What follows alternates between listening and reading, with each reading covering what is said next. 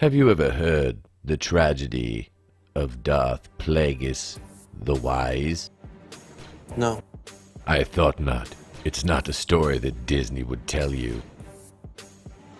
It's a Sith legend. Darth Plagueis was a Dark Lord of the Sith, so powerful and so wise, he could use the Force to manipulate midichlorians to create toxic masculinity. Disney, of course, could not stand for this, so they, of course, used their most powerful weapon, retcon. You will pay the price for your lack of not rolling the footage, monkey!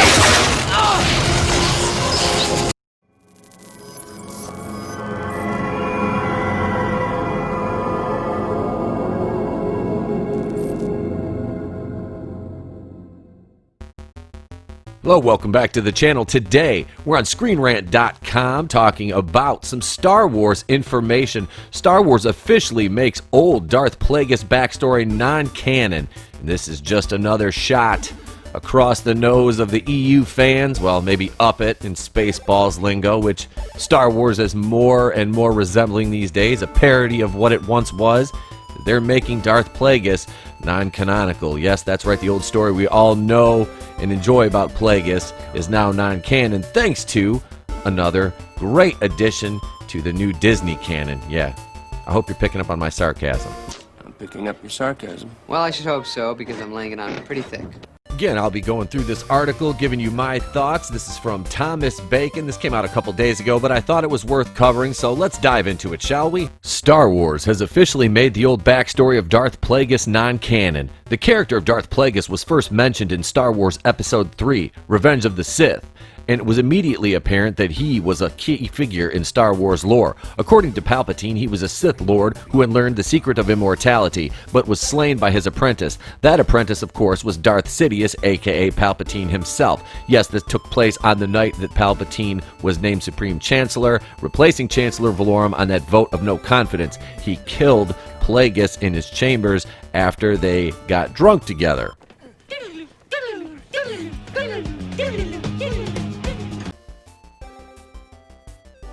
Plagueis remains something of a mystery, undeveloped even by the old expanded universe, until Del Rey announced a novel revealing his backstory. Darth Plagueis was to be written by James Luceno, and was supposed to be released in 2008, before ultimately coming out in 2012. This drew a lot of attention from Star Wars fans because there were rumors Luceno had coordinated with George Lucas himself. And then when Disney purchased Lucasfilm, all for the expanded universe, all the tie-in novels, games, comics were declared non-canon.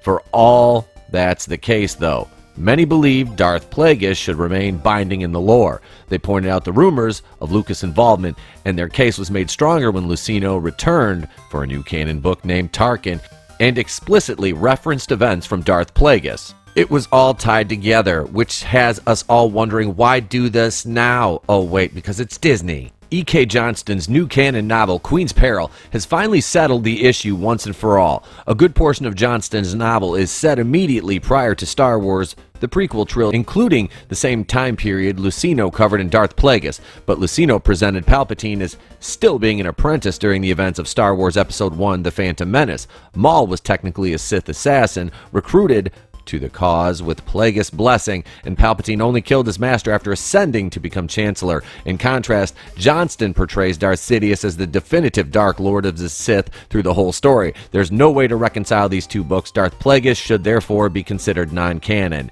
And that last sentence is, of course, the opinion of the author.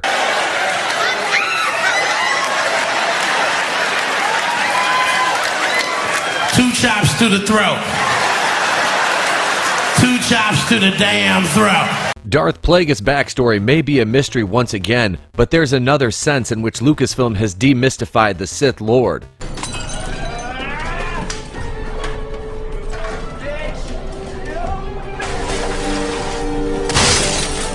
Tie-ins surrounding Star Wars, The Rise of Skywalker, have confirmed the secret he discovered. He apparently learned the art of essence transfer, surviving death by moving his spirit from one body to another.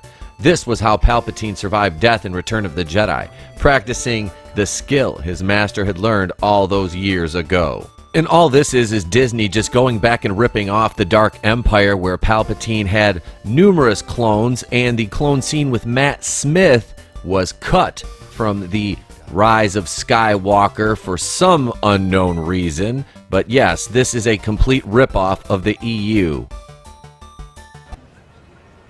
All right, you want to get nuts? Come on. Let's get nuts!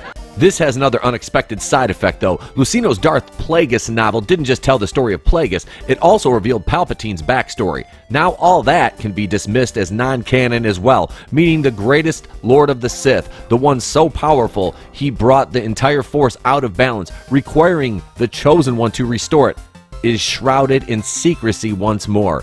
It will be fascinating to see whether Star Wars eventually will choose to tell Palpatine's new canon story.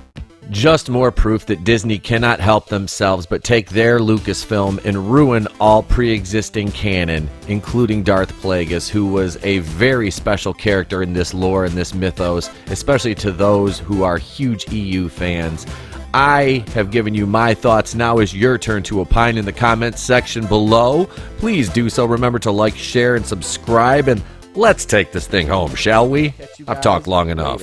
Here's where you can find us all across social media at TB2BR on Instagram, the Place to Be Reviews page on Facebook, the official Place to Be Reviews fan page, that's our private group, at the Place to Be RE1, at N80Pete on Twitter, past podcast available on Anchor, iTunes, and Spotify, and now the Place to Be Reviews on Discord. You can also email us if you're old-fashioned, okay boomer, at theplacetobereviews@mail.com, the world's best mail. Thank you very much. Also, on the way out, don't forget to bitch slap that like button. Do me that big solid, would ya? Yeah, I think you can do that. Also, hail the Fandom Menace. Hail to thee, my subscribers. If you haven't subscribed yet, please consider doing so. Help us grow the channel. Hail the Fandom Collective, a group which we are proud members of now. We'll be working with them on a lot of collaborations in the near future. And I'd like to personally thank you all for joining the Place to Be Reviews. That's right, I'm Tepakuian of the Place to Be Reviews right here with all yous. Remember, if I don't see you, have a great day and a pleasant tomorrow.